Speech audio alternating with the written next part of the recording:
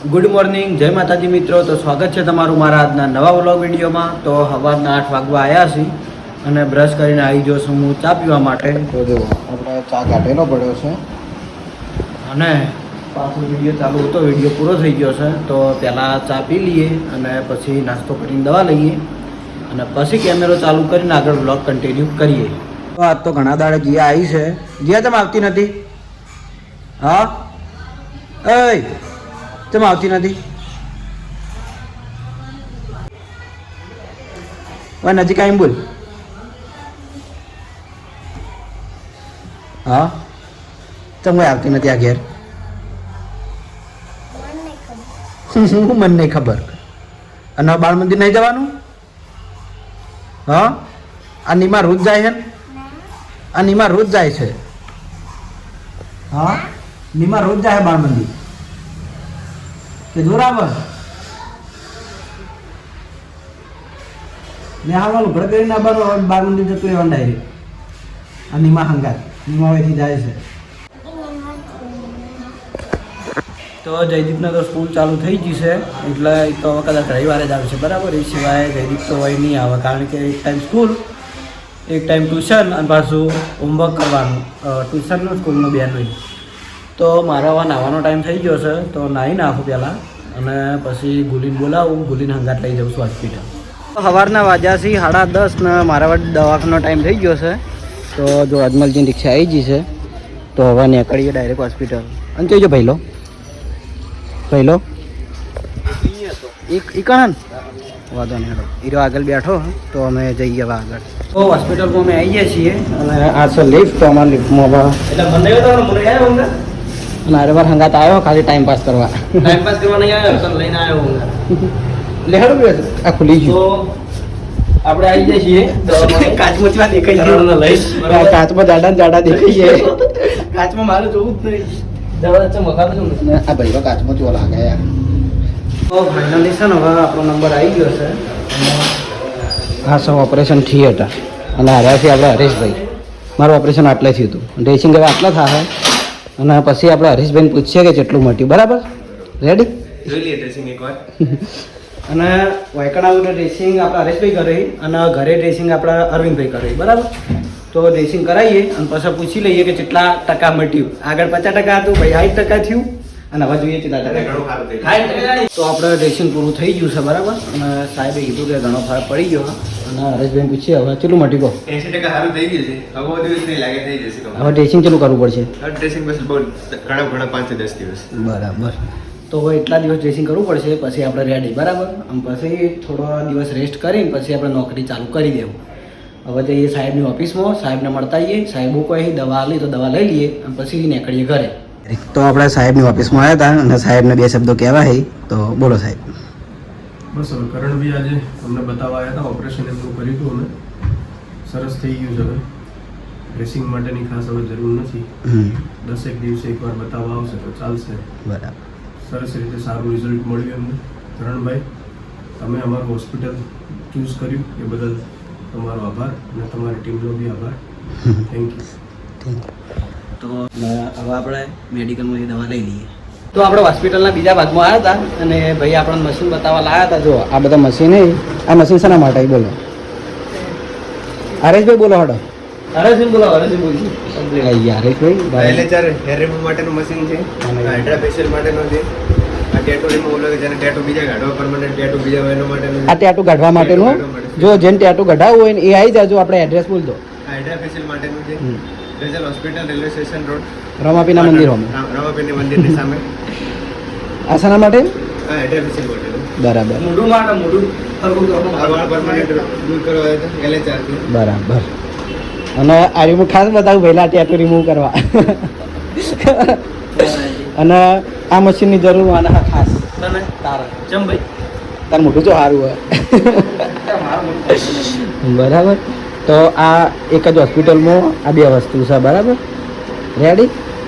અને હવે અમારે દવા લેવડાઈ ગઈ છે તો દવા લઈને અમે હવે નીકળીએ ફટાફટ, કારણ કે રિક્ષાને તો ઊભી કરીને આવ્યા છીએ. મોદો છે ને તો ધક્કા નહીં. આ બાજુ એક બીજું મશીન છે, CO2 જેને ફેસ ઉપર મોઢા પર ખાડા હોય એના માટેનું. જો ત્યાં ખાડા ઉડાઈ દે સિમેન્ટ પેલા પેલો ખાડો પૂરવા દો બધા ખાડા પાડી પાડીને કરું છું તો આરે જે મોઢા ઉપર જેના ખાડા પડતા હોય ને આ એના માટે છે સિમેન્ટ સિમેન્ટ પૂરી અત્યારે બેચમાં મોઢા પર બધે સિમેન્ટ પૂરી આલે નહીં બરાબર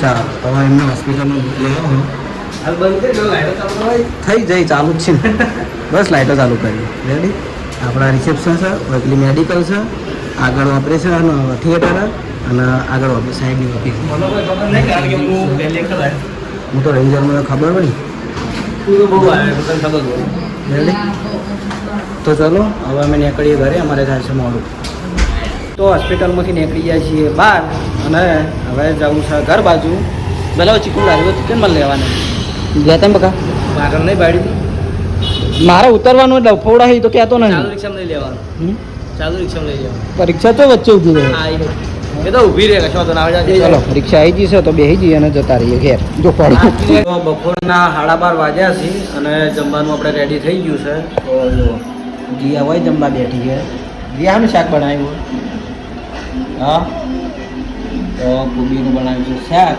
અને બાજરીનો રોટલો તો હવે જમી લઈએ અને જમીન પછી થોડી વાર આરામ કરીએ તો હદના વાગ્યા છે 6 અને 6 વાગે આવ્યો છું હું ઇલુઓના ઘેર અને પીયું કોક કહે હું કે પીયું પીયું કીધું ભા કે ભા મન ભા કે હું ભાઈ થો ભા ના કહેવાય બકા નહીં બધા એ ઉતર કિલે આ વગાડ આ રહ્યો ઉભો રહેજી ઉતર ઓય એ હઈ પેલા વિનો કાકો આયા પેલા વિનો કાકો આયા લ્યા એ હઈ હોટી લ્યો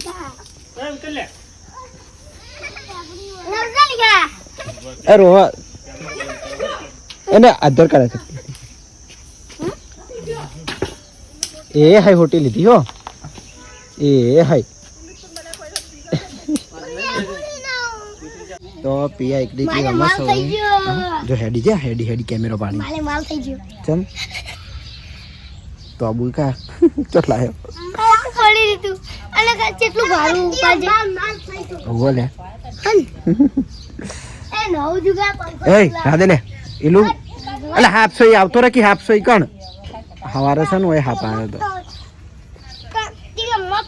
એ ઇલુ ચમ રોતો તો હાલ નવ જુગા હારો હન જુગાડ જ કરતો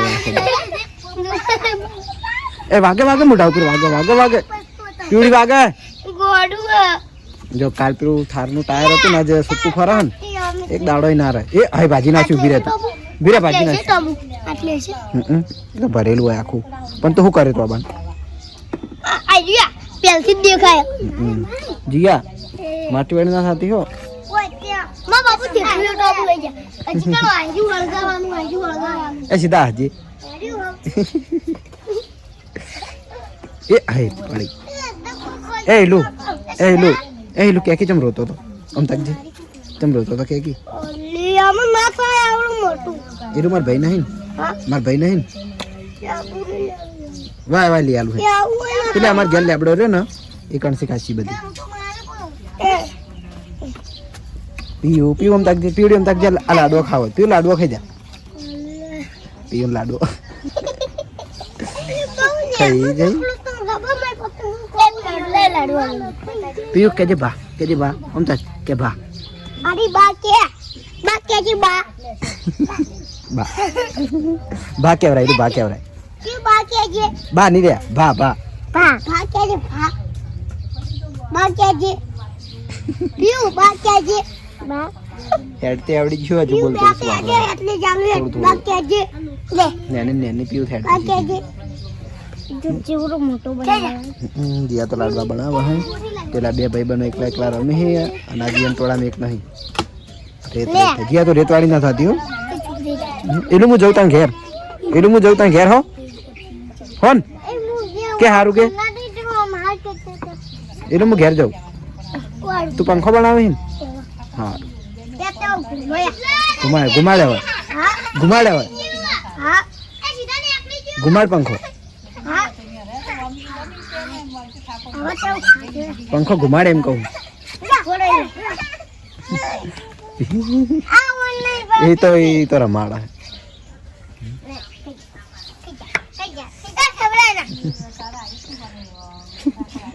દાખો દાડિયા એમ જોડે નહીં આબુ હતું તો યાર દુકાનની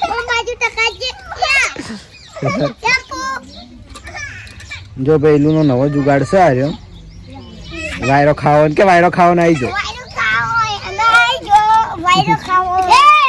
તો વધના વાગ્યાથી 7 અને 7 વાગે આવી ગયો છું હું ધાબા પર ઓટો મારવા માટે. અને મિત્રો બીજી ખાસ વાત કે આપણે ગુજરાતમાં અમદાવાદમાં એક દુઃખદ ઘટના બનેલી છે કે જે પ્લેન ક્રેશ થયું હતું અને એમાં જે લોકો મૃત્યુ પામ્યા છે એમના આત્માને ભગવાન શાંતિ આપે અને એમના પરિવારજનોને દુઃખ સહન કરવાની શક્તિ આપે એવી પ્રાર્થના. બરાબર, કેમ કે આપણા માટે તો બહુ દુઃખદ ઘટના કહેવાય, બ્લેક થર્સડે કહીએ તોય ચાલે. કારણ કે અને એમાં આપણા મુખ્યમંત્રીનું પણ અવસાન થયું કે જે પહેલાં હતા એ વિજયભાઈ રૂપાણી. બરાબર, તો એમની આત્માને શાંતિ આપે અને પરિવારજનોને દુઃખ સહન કરવાની શક્તિ આપે એવી પ્રાર્થના. તો રાતના વાગ્યા છે 9:30 અને મારે હવે ઊંઘવા જવું છે પણ એ પહેલાં દવા લઈ લઈએ. અને આજ તો પાછી બીજી નવી દવા આવી છે વધારે, જોઈએ હવે કેટલી છે.